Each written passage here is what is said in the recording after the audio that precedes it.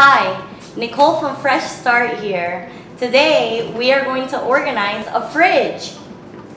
First, we empty out the fridge and throw everything that is damaged away. If it has mold, if it smells bad, if it just doesn't look good or is expired, just throw it away.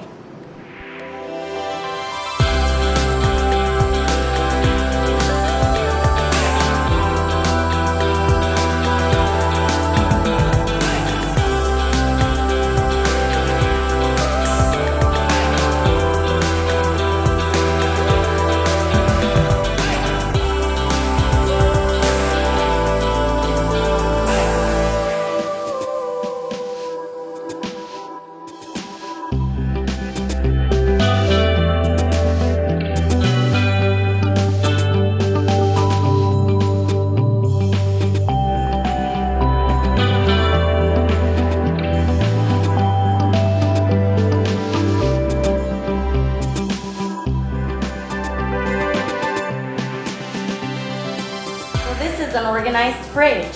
As you can see, we use containers to put our eggs and our water and all of the supplies we have. If you enjoyed watching this video, please follow and share so that others can benefit as well. Bye!